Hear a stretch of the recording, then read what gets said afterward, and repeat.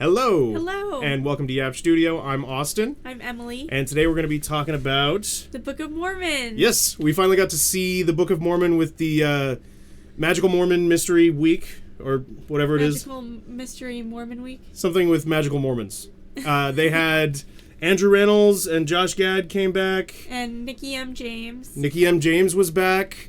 And Trey Parker. Yeah, Trey Parker. Trey Parker was Jesus. Amazing. If you've seen the show before, Trey Parker is the voice of Jesus through like a recording that plays every time you watch the show. Yeah, they don't actually, so the actors on stage don't actually voice that part. It's just the recording, but we got a special treat, and when Jesus turned around, it was actually Trey. It was actually Trey, and he was mic'd up and did it live. It was awesome. And he stuck around. He appeared 2 or 3 times, right? He was Jesus twice. He was Jesus twice, and then he was Joseph Smith once. Right. For the Joseph Smith death scene. For the entire, it was the entirety of All American Prophet. Yeah. That was great. And because he was trying so hard to sing, and it was such a great effort on his part, and I would say the first part was more like reserving his singing for when he really needed it. It was coming out like almost as like a spoken word or like a rap kind of thing that he was doing. Yeah, he wasn't, and I was wondering, Our own little Hamilton. Wondering how he was going to end up actually singing the part. I was like, you know what, he's actually gonna need to sing here in a second. He managed though. He did it. I was like, yeah, it turned out. Can't just get away with that forever. No.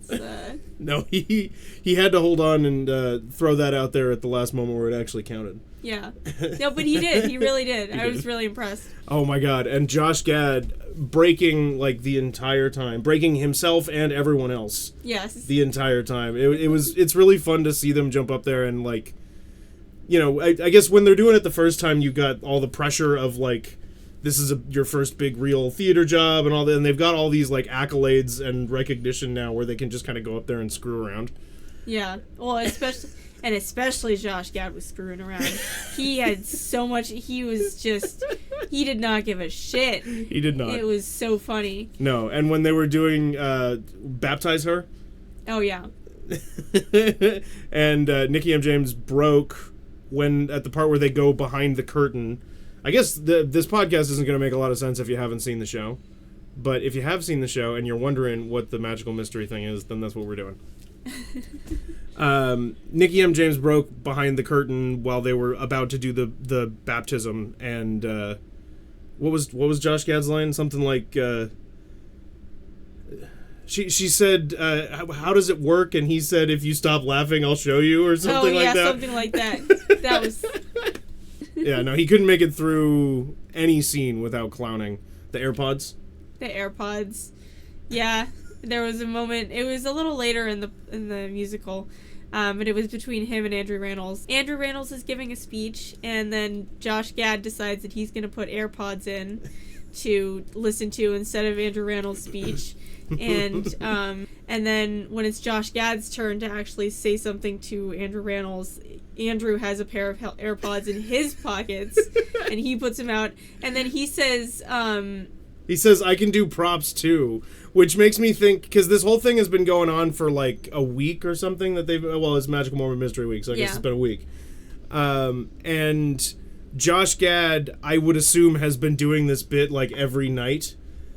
And then Andrew Reynolds surprised him with like a counter bit, because then Josh Gad totally broke completely.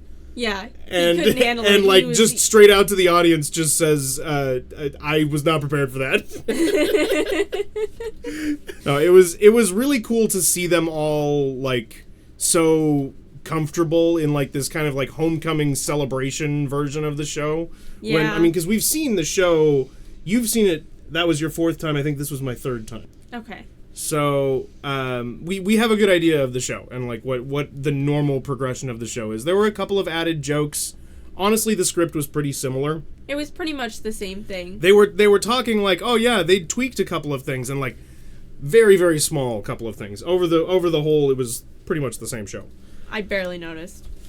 I was all focused on the actors coming back, It was so cool. And originally when they first came out, because they came out and did Hello first, and they brought back all the actors for that, and I thought that they were just gonna do like one song and have like, oh, it's just like the easy song where they can just stand on the little podiums and they don't really have to move around too much because it's it's been 15 years and these guys are a little older than they were, and so we expected that, and then they did Hello, and then they exited, and it was great, and then they all came back in for Turn It Off, and which is more physically exerting, a little bit more, and I was wondering exactly what they were gonna do, if they were gonna switch back real quick when it came to the dancing part. But nope. They had their tap shoes on, and they nailed it. They absolutely nailed it. It was so great. That was so amazing. I mean, I can't even imagine the rehearsals probably were hysterical. Everybody trying to get back in the swing of everything. But I mean, from an audience perspective, it could have been, the last show could have been like 2 weeks ago. Yeah. It's crazy. They all stepped back in like it was nothing. Yeah. And oh my God, the applause breaks every time somebody walked out.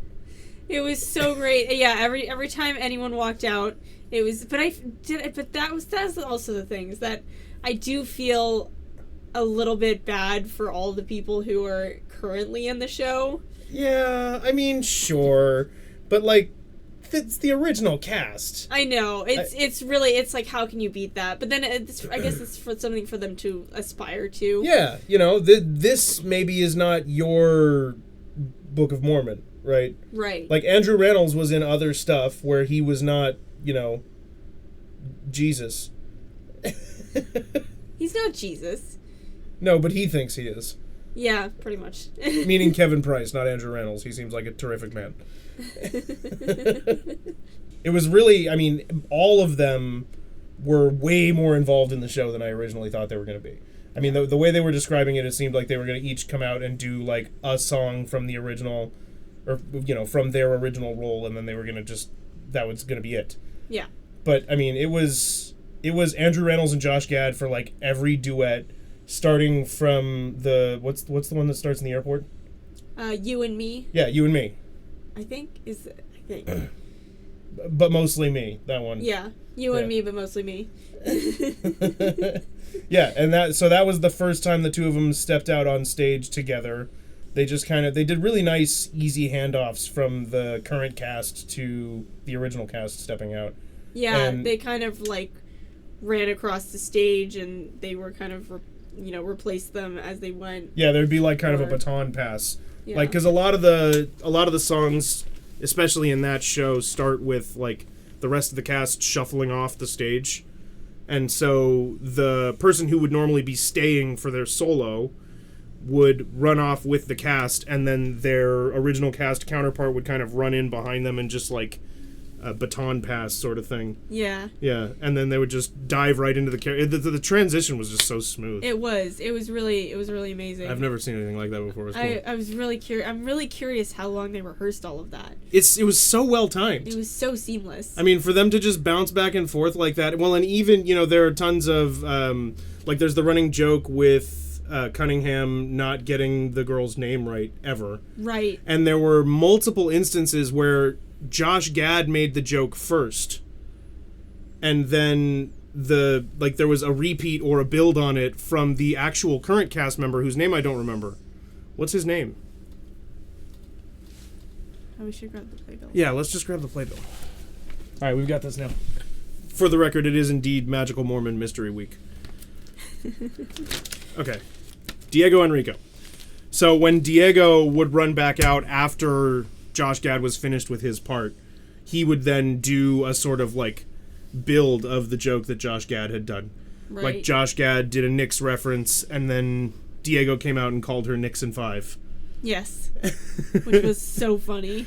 And there were a couple of those. I can't think of them all off the top of my head right now, but they were really... everybody was just so in sync with each other. It was cool. Yeah. This was the first time I'd seen Diego. I think this was my first time seeing him as well. Because I think every time I've seen the show, it was the same 2 leads. Oh, really? And the guy that's been playing Kevin Price this whole time was still there, but there was a new Cunningham. What's his first name? It just says Elder Cunningham here. Elder Cunningham. Well, anyway, it's been Kevin Clay playing Kevin Price this entire time, but the guy playing Diego, the guy playing Cunningham, was new to me this time. I thought he was great. Yeah, he did a great job. He was really funny. Yeah, a different take on it than what the previous guy was doing. The previous guy felt like he was really kind of going for basically just an impression of Josh Gad's performance. Yeah. Yeah, but definitely. I thought Diego was really good. He was doing his own thing that, like, it's really hard to do a Josh Gad impression when you have to be both led and followed by Josh Gad. Yeah. Like, it's literally Josh Gad. you're not gonna go up there and do his shtick better than or equal to him, or at least not in a way that's going to satisfy an audience that is frothing and here to see Josh Gad. Yes. So I think Diego doing his own thing really, like, honestly made him stand out. Agreed. Yeah. Like, he like, I really was and I think he's pretty new to the scene, too. It said that he seems young. He graduated in 2024. Oh, my God. So he's a baby. He is a baby, but he crushed it. He totally crushed it. Yeah, no, he was going out there with full energy. I was really, really impressed. I also liked his take on the character. It wasn't as much of the, like, silly voice thing that Josh Gad does. Like, for, like, man up and, like, all that, like, you know, that kind of bouncing around that he does with his voice. Right. Diego was kind of He's more physical. It was physical comedy, and it was in, like, the characterization, and he was very much making it his own, and I liked it. I mean, everybody that's played Elder Price is kind of just doing an Andrew Rannells impression. Yeah, but I mean... They do a great job. How could you not, though? And Kevin Clay does a particularly great Andrew Rannells impression, to the point where there were a couple of split seconds when they were walking out where I was like, who's walking out right now? Pretty easy to tell the difference between Josh Gad and Diego, considering they're very differently sized people. Yes. Josh Gad is a big guy, and, like, just big framed guy. I mean, obviously, you know, he's a heavyset dude. Same. But he is also just a really big framed guy, and Diego is a narrow, short little guy. Yeah. He looks a lot younger, not because of age. Josh Gad is going around talking like he thinks he looks 1,000 years old. He doesn't really. He does not. No. But this kid looks like a kid next to it. Like, he just looks like a child, which is perfect. I mean, the characters are children. They're like just leaving to go on their missions. That's fresh out of high school. Yeah. Right. So they're supposed to be young, but I think honestly we're kind of starting to see an age differential. The guy who's currently playing Price is, I think, starting to age out of the role. Oh, you think so? It maybe wouldn't be the case if the new Cunningham was closer in, like, apparent age. I have no idea how old he is, but the two of them look different in age. I don't know. It was working for me. I was there. I was enjoying it. I guess he's kind of like an older brother figure, so the fact that he looks a little more, like, mature is, I guess that's effective. It's acceptable because, exactly, he looks a little more mature, and that's how he pretends to act. Yeah, he thinks he's more mature. Yeah, but Kevin Price is a great character. Yeah, I mean, all in all, everybody did a really good job of just working with each other. Yeah. I mean, I can't imagine, like, trying to go through a show, speaking for the, like, current cast, I can't imagine going through a show that you've been doing for years. And now you have to play handoff with the original cast, who no matter what you do is going to be received better than you. Yeah. Like, what a stressful experience. Seriously. I can't even imagine. They handed off so well, and it was really impressive the way that they both worked together, or, like, they all worked together to try to be like, okay, this character is gonna lean more this way tonight, but we're gonna actually, like, I'm gonna take a little bit of what you did and I'll add it to what I've done. Yeah. And so they were kind of helping each other a little bit there, which I thought was really... They really were, yeah. It was really great. Because, I mean, when you're watching a stage show and you've seen one as many times, like, an individual show as many times as we have, this one in particular, just, you can see that, like, it's not exactly the same show every night. And like you said, there's, like, a little bit of where the character is leaning tonight based on the actor's mood. And, like, you know, Andrew Rannells and Kevin Clay need to, like, be the same guy, even whatever that current portrayal of that guy is. And you're right, it really was just seamless. Yeah. They did so well. I've never seen anything like that before. Have you heard of this kind of a thing before, where they have the original cast, like, stepping in the middle? Never. It felt so unique to me. It was so cool. I've never heard of this. And they were taping. They were taping. So I'm hopeful we might get to see something out of that. Yeah, I don't know though, because tonight's is probably a good show. Yeah, true. It is Saturday night. Sunday night's the last one, right? Yeah, so tomorrow night might be the showstopper. Might be the showstopper, yeah. I mean, normally it wouldn't be. Saturday's going to be the big one. Yeah. But since it's their last night, they're probably going to go ape anyway. That's true.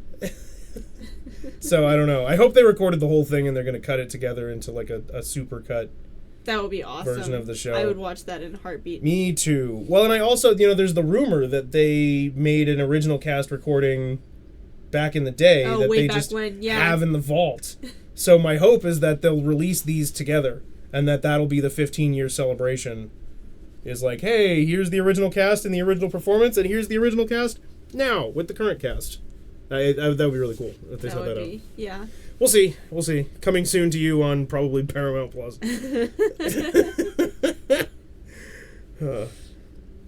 Okay, but Trey Parker popping into Cartman's voice.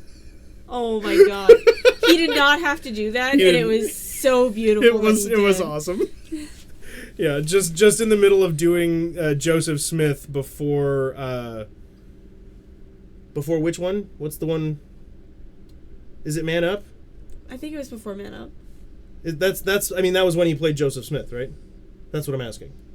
When he played Joseph Smith that was during All American Prophet. All American Prophet, that was the one. Yeah, because it was, I'm pretty sure, when he was playing Joseph Smith, because it was while he was dying. Oh, right. And as he's just kind of, which there was always like Trey Parker death sound, just again as an audio file that plays during the show, or whoever's playing Joseph Smith would like do a version of the Trey Parker death sound or something. I feel like it's the second. I feel like it's the latter. It might have been the latter.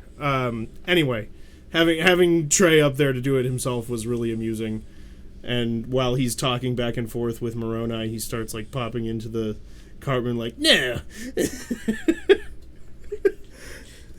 It was really fun. It was buckets of fun. Yeah. It was amazing to see everybody back. And it was so fun to hear the audience too. Oh man, the energy in the room was awesome. Yeah. Everybody was just at 11.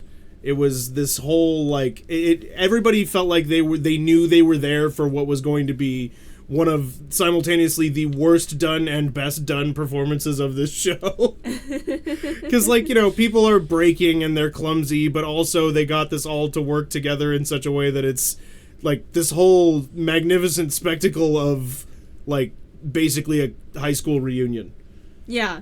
But except we get to watch it. Yeah. It's entertainment for us. Like when Nikki M. James was just having like the first run-in, which by the way, elegant of them to have Nikki out whenever Josh Gad was out. Yes. Because otherwise that would have come off as really weird. Yeah. Because, Cunningham is like fawning over... I can never... They say the name wrong so many times, I don't know what her actual name is. What is her name? Do you know? Nabulungi is the name. So, Nabulungi is out at the same time as Cunningham. Cunningham is usually making, like, some sort of comment about her being hot. Yes. And that would have been super creepy, obviously, to have Josh Gad up there making a comment about the girl who's playing her right now, who is Sydney Quillen. It would have been disturbing, to say the least. So they had Nikki M. James coming out every single time to match with him, and their chemistry is phenomenal. But it's so funny. The first time she walks off the stage, you know, he watches her trail away and he just goes, she is so hot. It's like she doesn't age. Like they were absolutely just hamming it up for the audience and enjoying the fact that everybody was just here to celebrate the show. Yeah. It was a really cool way to watch a musical that I doubt is going to be a very common experience. Yeah, I think we were very lucky to be able to see that. Very fortunate. Oh, and can we talk about how good Reynolds was able to sing? I was so happy. Holy cow. That was fucking insane. No, that was crazy. And it coming out for I Believe, I was so... to see him standing there and be like, yes, it's going to be him. They're going to do it. He's going to be the one. And he belts. And he really did. And there was a moment there where I was a little nervous for him, but he really came through. Yeah, no, he had it down. It was like no time had passed for this whole show. All of them just stepped out there and did it like it was second nature. Yeah. It was really cool. Yeah. And yeah, Andrew Reynolds was hitting those high notes like nothing. Yeah. Like not even breaking a sweat. At the very beginning, like you said, it seemed like he needed to like just settle into warm it up, settle into it a little bit. Yeah. Yeah, but then after he was comfortable, it was just took off. Yeah. They had a couple of appearances from the original Mafala, the dad. Ah. I don't know how old he is these days. Michael Potts. I know him from other stuff that's not coming to my brain right now, but I recognized his face. I did not know he was in this originally. Oh yeah. But he just kind of made a couple like quick appearances and just popped out on stage really quick, and then I think they put him in the ensemble here and there, just kind of popping into the background.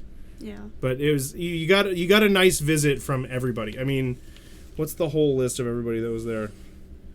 Because they had a bunch of previous Prices and Cunninghams also. I don't think everybody on this list was in the show we saw. But like Scott Barnhart was there, Justin Bohan. Let me see. Maya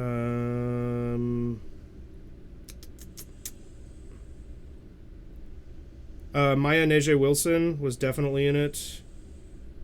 I feel like I saw Lawrence Stallings. But then, unfortunately, all of the Prices blend together. I mean, they really held to a face type for Price in the way that they didn't really for Cunningham. Like, the Cunninghams the only thing they all really have in common is curly black hair. Yes. But then the rest of them all look very different. But then everybody else is like, we're looking for an Andrew Reynolds type. It was a real treat to get to. I almost at times felt like I was like intruding. I was like, you guys just have your celebration. I'm sorry I'm here. I'm just let me just be a fly on the wall. But they can't have their celebration without the audience. Yeah. Because the audience just feeds right into that. Mm-hmm. And it was so fun to be a part of that. Yeah. And it just gives everything so much more energy because they can like, turn and do a tongue-in-cheek to the audience and just the references that they can make, with a show that's been running for 15 years so successfully. Yeah. Like it was so fun to see too, like how long they had to pause for the applause. Oh my god. It was so funny. Just for like, there was one stretch that was almost like a minute long where there was just applause and they were just all standing there like. I think that might have been the first time Andrew and Josh came out. Was it? I think it might have been. Yeah, everybody absolutely lost their minds. Well, because, I mean, like, you're going to see them. Yeah. Like, all of the promotion around it has been about the fact that they're back and that they're playing their original roles and that they're singing the songs and, like, they're back. Yeah. And so, like, it's coming. But then when they show up, it's just still so exciting to actually see them walk out on stage in costume and be ready to play. It's something that we never got to see. And I was never even close to seeing that. I was close. I was really close. I was in New York for a family vacation, and before we lived here. Yeah, before way back when. I think I was in high school. Yeah, because it would have been 2011. Something like that. Yeah, so I was in high school, and we were here on a family vacation, and they were doing the shows at the theater, and They had lottery tickets back then, and you could try to get into the lottery, and so we applied to be... They still do that. They still do, but it was really competitive for especially that one, because... Yeah, it was the end of their run. It was the end of their run. It was one of the last shows they were doing, and so we tried to get in on it, and we didn't get in, so... So that was like a must-see for as long as I've known you. Yeah. And we kind of got to, help with that a little bit, because we got to go see Gutenberg, which was Josh Gad and Andrew Reynolds' little two-man show. Yes. Which was hysterical. It was, but it was and we got to see it opening night. We did. That was cool. Yeah, that was cool. Sorry. Even though we were late. We were a little late. It wasn't our fault. It was not. The train shut down. I think that was the one where the train shut down completely. Yeah. We had to get out and get an Uber. Yeah. Yeah, that was rough. We made it, and we were only like 8 minutes late. Yeah. So, this podcast it's very far-reaching. So, Josh and Andrew, if you happen to see this and you know those two people that were late during the opening night for Gutenberg, we personally apologize. It was a wonderful show. We're glad we got to see it. It really was wonderful. But yeah, so that helped, but it wasn't quite as good as getting to actually see Andrew Reynolds on stage performing I Believe, Josh Gad doing Man Up. As far as I'm aware, these weren't written for them, but it also kind of feels like they were. Right. And I'm sure, after you've got your cast, they were probably workshopping and tweaking things as it was taking shape. So the characters kind of have a permanent, imprint of the original cast on them. Yeah, they do. I feel like that happens for every show, Yeah. It's like whoever's there first, whoever actually molds and helps create the characters with the storytellers who actually built the lyrics and the actual book for it. Mm-hmm. It's all a work of art. They all work together to create something, and then that kind of becomes iconic, and then that becomes what it is for everybody. Yeah, that kind of establishes it, and then from there on out, everybody else is doing kind of a tribute or a cover. Yeah. Yeah. Yeah. So it's nice to see the original artist reprise. Yeah. No, it was really cool. Feel very lucky. Yeah. Oh, yeah. And there were people sitting near us who'd never seen the show before. What a weird way to first experience this show. I wonder if they were fans of them from something different that they've done more Must recently. be, right? And they just were like, "Oh, they're back in the town for we should go see it." Yeah, I don't, just such an odd way, because again, it was an excellent show, but it was not exactly the ideal way to consume the narrative. Right. Yeah. Because most of it was chopped up with them breaking or telling meta jokes or stuff like that kind of breaks up the rhythm a little bit in a way that's really fun for the celebration aspect of it. But to see the show for the first time in that way, I feel like you might walk away being a little bit confused. Yeah, just a little bit confused, but they seemed to be enjoying themselves. Yeah, so, they did. Yeah, no, they were busting up. So. Yeah, the people next to me were busting up too. Yeah, but yeah, the woman next to me got weirdly quiet when because they swapped out Jeffrey Dahmer for Jeffrey Epstein in Spooky Mormon Hell Dream. They did. Which was so funny. It was perfect. Yeah, the woman next to me got weirdly quiet when that was brought up, but I'm gonna try not to think about that. Oh, that's annoying. Yeah. The people next to me were having a hoot about it. Yeah. Well, and she was laughing about everything else. They were all having a grand time the whole time. So as long as I was able to just push that out of my brain for a moment, it was a great show. Oh, yeah, and I know one couple behind us I could hear right before the show was starting sounded like they were Mormons. Really? Yes, because they were talking about it as though they had no idea what the show was going to be about, but then they were reading through, and I could hear them going, "Oh, Moroni is in this. We're going to know everything already." And I was like, "Oh, no." But they were dying the whole time, so obviously, I mean, I've heard time and time again that on average, Mormons tend to love the show. Yeah. Because, I had several Mormon friends in high school.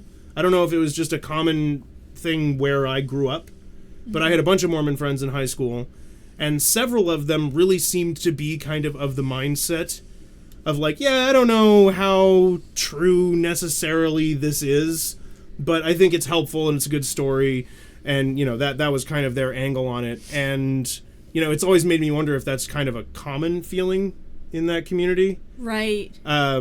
Especially because they like this show, which that is essentially the point of the show, right? Because at the end it ends with Book of Arnold, which is his bullshit story that he strung together with Star Wars references and, you know, various comic book characters. And that, you know, kind of becomes the message, is like, it doesn't really matter what the story is as long as it's helping people live a better life. And I think that's a pretty decent angle on religion in general. Yeah. I would agree. And it's, you know, encouraging to see people show up to the show clearly coming from that side of it and seeing the humor in it and enjoying the show. Yeah. Yeah. That's really cool. I didn't know that. I mean, I've heard that, like, a lot of Mormon people actually appreciate the show, but I wasn't aware that there was someone, like, right near us that... Right behind us. As soon as I wanted to say something to you, but I didn't want them to hear me say that, so... Right. That's just, I gotta keep it in. Yeah, it was very, very cool. I could hear them cracking up, specifically at the segments where they would tell portions of the story of Joseph Smith. Oh, really? Yes. That's so fun. They were getting kicks out of that. Wow. Oh, yeah, and Find the Box That's Gay and Crush It from Turn It Off. They got a really big laugh out of that one. So they seemed like lighthearted people. That's cool. Yeah. Yeah, it seemed like a pretty broad crowd. I was a little worried that something like this was just going to be like a bunch of rich people that didn't really appreciate it and were just going for the prestige of, like, we saw it when the original cast reprised and stuff like that. But it was a bunch of people hooting and hollering that were clear fans of the show and were there for a good time, and like that was a really positive experience. Yeah, no, I'm really glad that we got the audience that we did. Yeah. I think that we got a great, and it was because it was a Friday night. I mean, I swept in, I got those tickets, man. Yeah, I can't believe you pulled that off. That was crazy. Yeah, and I mean, what were the tickets were 200? 200 something, yeah. For both or a piece? A piece. Yeah, that's what I thought. Yeah. Yeah, so I mean, you know, those aren't cheap tickets. For an opportunity like that, willing to take the swing. But, yeah, that's, I mean, well, hey, you know, it's not Madison Square Garden Knicks tickets for the finals. It is not. Good Lord, $10,000 a seat. Jeez. No, that's crazy. Anyway, yeah, I'm hopeful to see other shows try this. Yeah? Yeah, because they kind of trailblazed a little, well, more than a little bit, when they brought the show about in the first place, right? It kind of seems like there's been an explosion of new comedy musicals following Book of Mormon. I can see that, yeah. You know what I mean? Yeah. So I would be interested to see if, because this was clearly so successful and people loved it. I mean, we heard the audience absolutely drooling over how fantastic it was to see everybody on stage. And it was just such this, like, smooth new choreography of passing the actors back and forth that I would like to see, like see them do that with, like, Wicked or something, or with... right. What else is... Or, well, can't do that with Chicago. I think we'd need to roll out Jars of Dust. But... No, but they could probably try Wicked. They could do, what are the other, like, more... I'm drawing a blank on... long-running... Well, you want a long-running and really, like, pop culture heavy one, I think, would be another one that would have to be... So Wicked is probably the best option. Right. And, you know, from what it sounds like, Ariana Grande and Cynthia Erivo are not really interested in returning to those characters, which is fine. I mean, they did great in the movie. It was entertaining. I thought Ariana Grande was, like, dying to play that character. She was, but I think, I don't know. At least Cynthia Erivo has been very loud about, like, I'm moving on to the next phase of my life, has been the energy. Which, that movie barely came out. I know. And I understand, like, you know, you want to, as an actor, you want to expand. They both got a lot of shit in the second movie because of the weight loss, and so there was all of the conversation about, you know, self-image and body health and all of that, which is not a fun thing to be talking about when you'd really rather be talking about the fact that you're starring in one of the biggest musicals of all time. Yeah. So I get them having some discomfort around that. I also get why the conversation happened.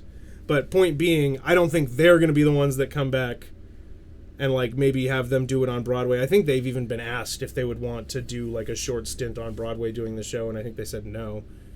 But having Kristen Chenoweth and, help me. Idina Menzel. Adele Dazeem. Having Kristen Chenoweth and Idina Menzel come back and reprise would be insanely cool. Yeah. And they could both absolutely still do that. I'm hoping that they establish a precedent. Oh, Hamilton. Oh, Hamilton. Hamilton. That would be a great one to do this with. Totally do that. That would be a mess. It would be so hard to do that. Oh, you know what you could do, though? Because the guy that plays Jefferson also plays the French consulate guy. Lafayette, yeah. French consulate, is that right? I don't know. Lafayette. The guy who plays Jefferson also plays Lafayette. David Diggs, right? I think so. Yeah. So you could have him just do, like, the Jefferson part, and then have the guy that's currently playing Jefferson and Lafayette just do the Lafayette part. Oh, totally. And you could have David Diggs step back in for What Did I Miss? Which, honestly, what a great song to come back to. That if they do that with Hamilton, that has to be his first song out. Yes. Yeah, it does. just has perfect little ring to it. But that's not anywhere near the beginning of the... No. But just have him come out for that? Well, it's an ensemble cast. That's true. You know? Like, if you're going to have... In that case, you'd kind of have to do what we were expecting here, where each of them kind of comes out and does one of their songs. Otherwise, they might as well just have the whole cast back. Yeah. And not do shows with the current cast. I don't even know who the current cast is for Hamilton. Have we ever seen that live? No, never. We should try to do that. We should. That would be great. That would be a good one. Yeah. But I mean, I don't know. I just kind of wanted to sum it up and chat about it. I assume I don't know how this is going to cut down. It's going to be a shorter podcast than last time, but that's probably for the best. I mean, we don't want to droll on too long when we don't have too much to say. So we didn't want to spend forever talking about, like, how the show actually plays out, like any of, like, the story analysis kind of thing. This was just about a cool thing we got to see. Yeah. It was a lot of fun. It was just pure fun. It was just watching everybody have fun. Yeah. And just celebrate a great show that's been running for a really long time. Yeah. So, yeah, definitely check out Book of Mormon with the actual current cast if you're ever in New York. It's a fantastic show. If you haven't seen it, you're missing out. I have a feeling you will be seeing a live cast recording soon. That would be my guess. So if you don't have the opportunity to see it, it looks like they're cooking one up. So hopefully it gets more accessibility. That would be because it's a great show. It's such a good show. As many people that could see it as possible, that would be ideal. Yeah, but I guess that's going to be it. Yeah. So thanks so much for hanging out. It's been a blast as always. We will be back. I don't know what we're going to be talking about next. I guess we'll find out. We'll see you next month for that. But you can check out all of the different kinds of content that we make on the Schtudio at the main channel. But if you want a more tailored feed, something more specific to your taste, you can check out any of the sister channels. You can find those in the description. Got one for art, got one for what we're doing here, the yapping. We got one for video games. We've got one for new nail content from Emily, which is right on the horizon. Hopefully coming out next week, maybe in 2 weeks. We'll see. But we just got that recorded today. Yeah. So that's going to be on the horizon. Looking forward to bringing more stuff to you. And check us out on the stream if you want to see us live. Should be live today, actually, at 6 p.m. So, take care. Bye.